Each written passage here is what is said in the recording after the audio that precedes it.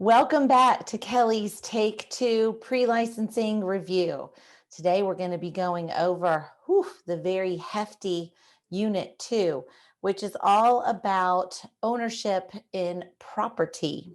Unit 2 is really broken down into 5 different sections. So we're going to take each section one at a time, nice and slowly, because Unit 2 is full of a lot of legal language, which can really feel like learning a whole new language, essentially. I like to call it the love language of the law. So let's dive in. Let's dive into the first section in Unit 2, the first section out of 5 sections in Unit 2. This section is all about your legal bundle of rights. These are rights that I like to think of as being somewhat intangible, somewhat esoteric. They're rights that you almost don't even, I can almost guarantee you don't really think about, but they're rights that transfer with the property when you take possession. So the acronym for your legal bundle of rights is Deep C. Let's go ahead and review that. So if you are taking notes with me, go ahead and grab a piece of note paper. If you are following along, you're just listening, then just relax.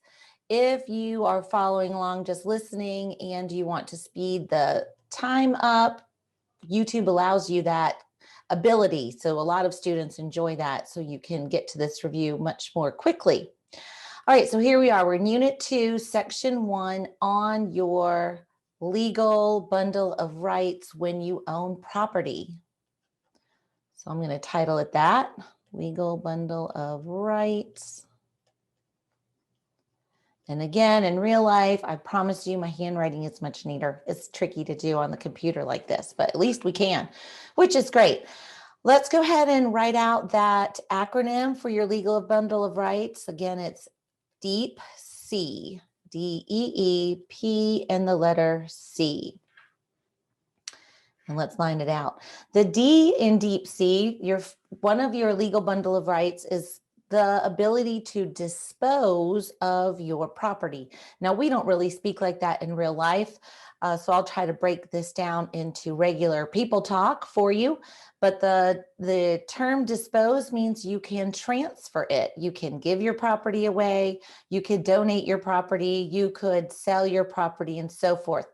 But in this context, the word is dispose, and then we take it a step farther and use the word disposition. Disposition. You can transfer the property to another party. The next letter stands for exclusion. So you can tell people to what? Keep out, bug off, keep out, bye. Only I can be here right now. Thank you very much. So you can exclude people from stepping onto your property. The next one is really odd. The next one is enjoyment. Enjoyment, though, in this context does not mean enjoyment how we normally talk about enjoyment. For me, enjoyment is strapping on my roller skates and going down to the roller skating rink. That's fun. For me, enjoyment is sitting in my hammock, having myself a little adult beverage, watching the sunset. That's enjoyment.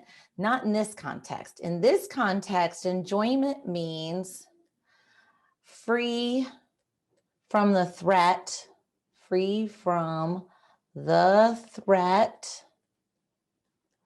of another ownership claim. Another ownership claim.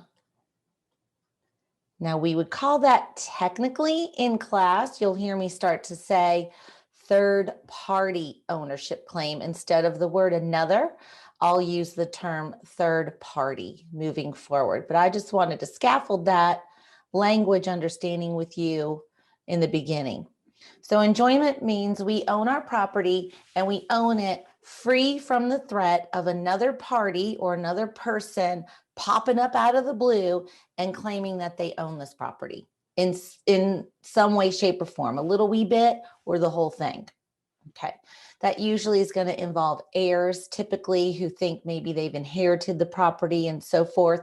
But again, when it comes to your legal bundle of rights, what comes with your property is enjoyment, this being free from the threat of any other type of ownership claim. Good. The P stands for possession. That's kind of a no-brainer. So you get to live in the house, you can possess the house. And the C stands for control. You can do with your property, and that's actually part of the United States Constitution.